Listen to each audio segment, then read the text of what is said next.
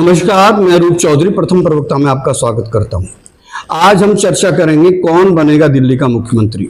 जैसा कि आप सब जानते हैं कि दिल्ली के मुख्यमंत्री अरविंद केजरीवाल ने कल घोषणा कर दी थी कि वो 2 दिन के बाद मुख्यमंत्री का पद छोड़ देंगे। अरविंद केजरीवाल जी ने घोषणा तो कर दी है, परंतु सबसे बड़ा सवाल अब ये पैदा हो गया कि दिल्ली का मुख्यमंत्री आखिरकार कौन बनेगा। अभी जो राजनीतिक गलियारों में चर्चाएं हैं, 3-4 लोगों की चर्चा है। नंबर 1 दिल्ली सरकार में मंत्री आतिशी जी, नंबर 2 कैलाश गहलोत जी, नंबर 3 तीसरे मंत्री गोपाल राय जी या कोई और। अब ये कहना कि अरविंद केजरीवाल जी के दिमाग में क्या चल रहा है, ये बहुत कठिन प्रश्न है। उनके सिवाय उनकी चालों को कोई नहीं समझता है। बहुत सारे जो राजनीति के जानकार हैं वो कह रहे हैं कि अरविंद केजरीवाल ऐसा भी कुछ कर सकते हैं कि जो सबको आश्चर्यचकित कर दे।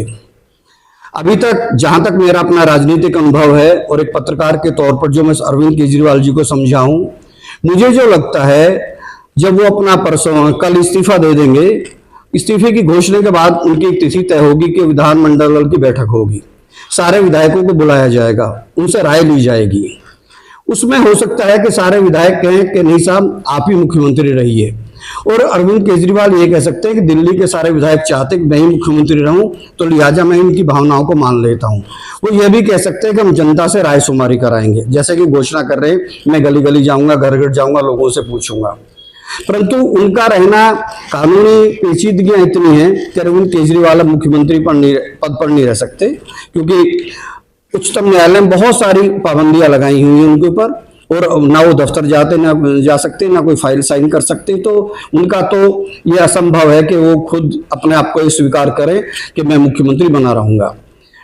जानकारों का कहना है कि विधानमंडल दल की बैठक में आतिशी जी को सर्वसम्मति से नेता चुना जाए, और उसके बाद आतिशी जी कहें कि मैं सबका धन्यवाद करती हूँ, आप सब लोगों ने मुझे अपना नेता चुना, मुख्यमंत्री के मुझे लिए समझा इस योग के मैं मुख्यमंत्री बनूं, परंतु मैं चाहती हूं कि अरविंद केजरीवाल जी की पत्नी श्रीमती सुनीता केजरीवाल जी मुख्यमंत्री बने और सर्वसम्मति से ये फैसला उनका मान लिया जाए। अरविंद केजरीवाल सीधे सीधे अपनी बात नहीं रखते हैं, वो घुमा फिराकर अपनी राजनीतिक चालों को पेश करते हैं। अभी तक उनका ऐसा ही रहा है, उन्होंने कहा कुछ और किया कुछ है। परंतु सबसे बड़ा सवाल ये उठेगा, परिवारवाद का सवाल आएगा। क्योंकि दिल्ली विधानसभा का चुनाव होने में ज्यादा समय नहीं है, तो अगर सुनीता केजरीवाल भी मुख्यमंत्री बन जाती हैं तो आवश्यक नहीं कि वो 6 महीने के अंदर विधानसभा का चुनाव लड़ें, क्योंकि 6 महीने से पहले दिल्ली की विधानसभा भंग हो जाएगी और नए चुनाव की तैयारियां शुरू हो जाएंगी। तो ये भी हो सकता है अरविंद केजरीवाल के अपनी ताकत को, अपने बंगले को बचाने के लिए अपनी पत्नी को ही अपनी कुर्सी पर बैठा दे। और राजनीति में ऐसा होता रहा है।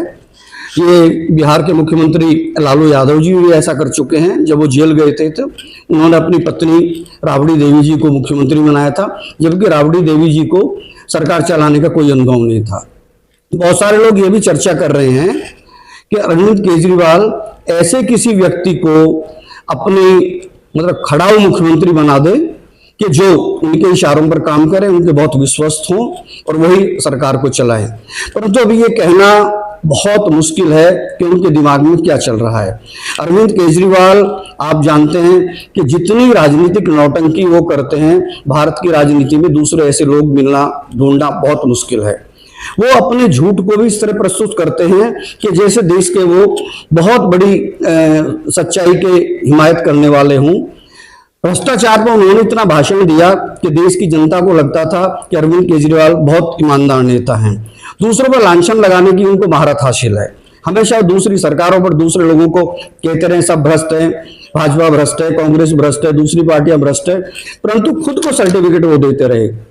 वो देश के ऐसे पहले नेता हैं जो खुद को ही प्रमाण पत्र देते थे कि सारी दुनिया जानती है, सारा देश जानता है अरविंद केजरीवाल बहुत ईमानदार हैं। परंतु सबने देख लिया है कि अरविंद केजरीवाल जी जैसा भ्रष्ट मुख्यमंत्री ढूंढना मुश्किल है, और वो जेल गए। जिन बातों पर वो उन्होंने चुनाव में राजनीति में आने से पहले, चुनाव लड़ने से पहले जितनी घोषणाएं की थी, एक पर भी उन्होंने अमल नहीं किया। ना लोकपाल जैसे मुद्दे पर किया, ना उन्होंने राजनीति की स्वच्छता पर, ईमानदारी पर कोई काम किया, बल्कि उल्टा हुआ। उन्होंने एक रिकॉर्ड बनाया, इतिहास बनाया। उनकी सरकार के सर्वाधिक मंत्री जेल गए, खुद मुख्यमंत्री जेल गए, अभी जमानत पर आए हैं और अभी भी उन पर मुकदमा चल रहा है। आने वाला ये तो भविष्य बताएगा कि उनको अगर किसी मुकदमे में सजा होगी तो उनको फिर अपना भविष्य में भी कभी वो चुनाव नहीं लड़ सकते। तो बहुत सारी अभी उनके सामने कानूनी समस्याएं हैं, बहुत सारे अभी मुकदमे उन पर चल रहे हैं। उनका क्या परिणाम आएगा ये तो आने वाला समय बताएगा। अदालतों में जो मामले लंबित हैं वो देखना है। परंतु अभी फिलहाल सबके सामने एक यक्ष प्रश्न है कि आखिर दिल्ली का मुख्यमंत्री कौन बनेगा। परसों तक ये सारी चीजें मैं समझता हूँ विधानमंडल की बैठक की तिथि वगैरह आ जाएगी, सारा ये तय हो जाएगा कि कब बैठक हो रही है, कौन विधानमंडल का नेता चुना जा सकता है। कुछ जानकार लोगों का ये भी कहना है कि जो वर्तमान विधानसभा के अध्यक्ष हैं श्री रामनिवास गोयल, उनको भी वो मुख्यमंत्री पद की कुर्सी सौंप सकते हैं, क्योंकि उनको अरविंद केजरीवाल जी का बहुत करीबी माना जाता है। परंतु फिलहाल कोई भी पत्रकार या कोई भी राजनीतिक पंडित यह कहने में सक्षम नहीं है कि आखिर कौन मुख्यमंत्री बनेगा।